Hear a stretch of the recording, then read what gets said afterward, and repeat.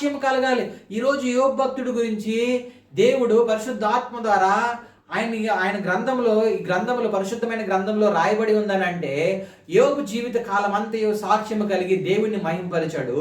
ఈరోజు నీవు నేను కూడా నీ జీవిత కాలం అంతయు బ్రతికిన దినములన్నీ దేవునికి మహిమకరంగా జీవించు, ఆ సాక్ష్యం కలిగి జీవించు. దేవుడు ఖచ్చితంగా నిన్ను ఏం చేస్తాడంటే ఉన్నతమైన స్థితిలో ఉంచుతాడు. హల్లెలూయా. ఉన్నతమైన స్థితిలో ఉంచుతాడు. ఉన్నతముగా దేవుడు నిన్ను ముందుకు నడిపిస్తాడు. మొదట స్థితి కన్నా కూడా యోబు జీవితంలో రెండో స్థితి, రెండంతల ఆశీర్వాదము. ఆ రెండంతల ఆశీర్వాదం ఏంటో తెలుసా? మొదట నీ స్థితి పాపమును విసర్జించినప్పుడు దేవుడు ఈ లోకంలో నీకు రక్షణ ఇచ్చినాడు, అదొక మెట్టు. అదే విధముగా నువ్వు మరణించినప్పుడు రెండో మెట్టు ఉన్నది, అది పరలోకం చేరుతుంది. నీ ఆత్మ పరలోకంకి వెళ్తుంది. అదే నీ ఆస్తి, అదే నీ అంతస్తు, అదే నీకు పరలోకమును చేరాలంటే ఈ లోకంలో నువ్వు సంపాదించుకోవాల్సింది ఏంటంటే దేవుని ప్రేమను నువ్వు సంపాదించుకో. హల్లెలూయా. దేవుని రక్షణ సంపాదించుకో, మారు మనసు పొందుకో, పాప క్షమాపణ పొందుకో, దేవుని రక్షణ పొందుకో, దేవుని ప్రేమను పొందుకో. దేవుడు ఖచ్చితంగా ఆయన ఎప్పుడు చేతులు చాసుకొని ఉంటాడు, నిన్ను పిలుస్తూ ఉంటాడు, ఆయన నిన్ను తప్పిస్తూ ఉంటాడు, నిన్ను రక్షిస్తూ ఉంటాడు. నిన్ను రక్షించేదానికి ఆయన మార్గమును ఏర్పాటు చేస్తూ ఉన్నాడు. ఈరోజు ఒకవేళ నువ్వు దేవునికి దూరంగా ఉన్నావా? ఒకవేళ నీ దగ్గర ఉన్నవన్నీ ఎవరైనా వచ్చి తీసుకెళ్ళిపోయారా? దేవుడు అంటూ ఉన్నాడు, నేను నిన్ను రెండంతలుగా ఆశీర్వదిస్తాను. నేను నీకు మళ్ళీ మునిపటి స్థితి కంటే రెండింతలుగా ఆశీర్వాదం ఇస్తాను. అయితే నీవు నా యందు నమ్మకము కలిగి, నా యందు విశ్వాసము కలిగి, నేను చెప్పిన మార్గములు నువ్వు నడిస్తే, చెడుతనమును విసర్జించి, నా యందు భయభక్తులు కలిగి, నా యందు యథార్థముగా జీవించి, నా యందు న్యాయవంతుడిగా ఉండి నువ్వు నాలో ఉంటే, నువ్వు నాలో కట్టబడి ఉంటే ఖచ్చితంగా నువ్వేమవుతావు? ఖచ్చితంగా నీ జీవితం అంతా కృపాక్షేమములే నీ వెంట వస్తాయని చెప్తూ ఉన్నాడు. హల్లెలూయా. దేవుడు ఈరోజు అలాంటి స్థితిని నీకు ఇవ్వాలనుకుంటూ ఉన్నాడు. అయితే నువ్వు నమ్మకం కలిగి, ఆయన విశ్వాసం కలిగి, నీ దగ్గర ఏమన్నా లేకపోయినా, చూడండి, ఒక ఆస్తి ఉంటే కొంతమంది డబ్బున్నోళ్ళతోనే సావాసం చేస్తారు, కారులున్న వాళ్ళతోనే సావాసం చేస్తారు. అయితే ఎవరైనా ఒక దరిద్రుడితో ఎవరైనా సావాసం చేస్తారా? ఆ దరిద్రుడిని పక్కన కూర్చొని పెట్టుకుంటారు. ఒక అడుక్కునే వ్యక్తి ఉంటాడు, మనం ఏం చేస్తాం? ఏదైనా దానం చేసినప్పుడు ఒక రూపాయిని చేతికి తగలకుండా ఇస్తాం ధర్మమేమో, కానీ రూపాయికి తగలకుండా, చేతికి తగలకుండా నోటిని ఇస్తాం. ఎందుకు? వాడు ఎన్ని రోజులు స్నానమైందో చేశానని.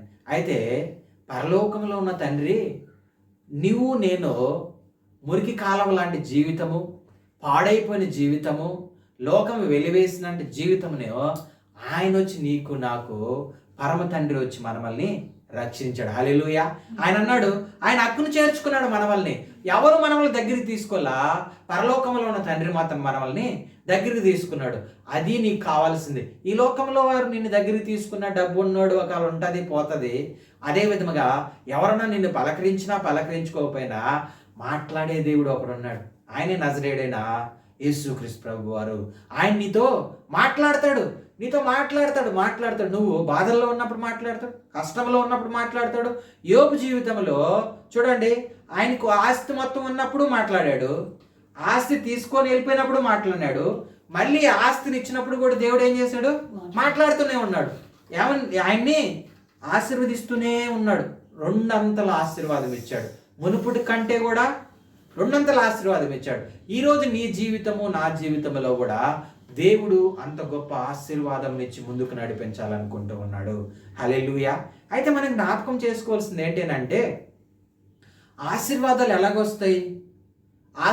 ఎలాగొస్తాయనంటే దేవునికి నువ్వు దగ్గరయ్యే కొద్దీ నీలో ఫలములు ఫలిస్తే అదే ఆశీర్వాదం అంటే నేనేంటి ఇన్ని సంవత్సరాలైంది దేవుని లేకొచ్చి, నేను ఇంత సేవా పరిచయం చేస్తున్నాను, నేను ఇన్ని రకాలుగా దేవునికి ఏం చేస్తున్నాను? కానుకలు ఇస్తూ ఉన్నాను, నేను ఇన్ని రకాలుగా ప్రార్థన చేస్తున్నాను, ఉపవాసం ఉన్నాను, ఇన్ని రకాలుగా దేవునికి చేస్తూ ఉన్నాను, నాలో ఫలములు రాలేదని అంటే నువ్వు ఎదురు చూడాలి. యోబు జీవితంలో కూడా ఆయన ఎదురు చూశాడు దేవుని వైపు. అయితే ఇంకా కొంతమందికి రాలేదని అంటే మీరు దేవునికి దూరంగా ఉన్నారు. ఇంకొంతమందికి చూడండి, అబ్రహామును ఒకసారి జ్ఞాపకం చేసుకుంటే దేవుడు 75వ సంవత్సరంలో మాట్లాడాడు, 100వ సంవత్సరంలో ఏమి ఇచ్చాడు? ఇస్సాకుని ఇచ్చాడు, ఫలంని ఇచ్చాడు. అదేవిధంగా నీ జీవితంలో ఫలములు లేట్ అయిపోతున్నాయి అని అంటే, నీ ఆశీర్వాదాలు నీకు జరగటం లేదని అంటే, ఒకటి నువ్వు దేవునికి దూరమైనా ఉండాలి. రెండో విషయం ఏంటంటే దేవుడు నీకు త్వరగా ఇవ్వబోతూ ఉన్నాడు. హల్లెలూయా. అదే విధముగా నువ్వు ఇంకా ఎదురు చూడు, నమ్మకంగా విశ్వాసముగా ఎదురు చూడు. దేవుణ్ణి ఎప్పుడు దేవుని మార్గంలో కుడికి కానీ ఎడమకు కానీ త్రొట్టెలకు దేవునితో నువ్వు నడిచావంటే ఖచ్చితంగా నీ జీవితంలో దేవుడు కృపాక్షేమములే నీ వెంట వస్తాయి. నిన్నెవ్వరు వేలెత్తి చూపించలేరు. నీ జీవితం అంతా సంతోషం ఆనందంతో దేవుడు నీ జీవితం నీ ముందుకు నడిపిస్తాడు. కాబట్టి నువ్వు చేయవలసింది ఒక్కటే, దేవునికి దగ్గరగా ఉండాలి, ఈ లోకానికి దూరంగా ఉండాలి. హల్లెలూయా. దేవుడి కొద్ది మాటలు దీవించును గాక. ఆమేన్.